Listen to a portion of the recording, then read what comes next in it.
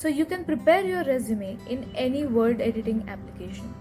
Let us create a sample resume of a nurse using the Google Docs application and the resume template whose link has been provided in the description box.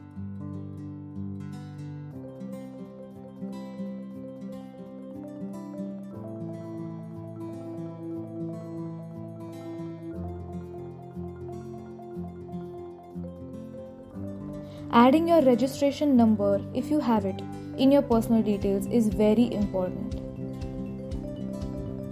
Next, you can fill your educational details and your work experience. But don't forget to remove the sections that are not relevant to you.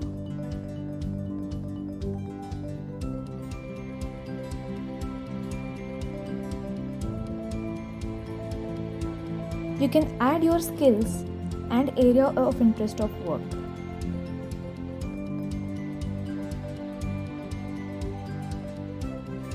After you are done filling your whole resume, you can export it as a .docx file or a PDF file. And finally, after downloading your resume, you can look for your dream job on swaasa.jobs, click on apply, upload that newly made resume and submit your application. Happy creating!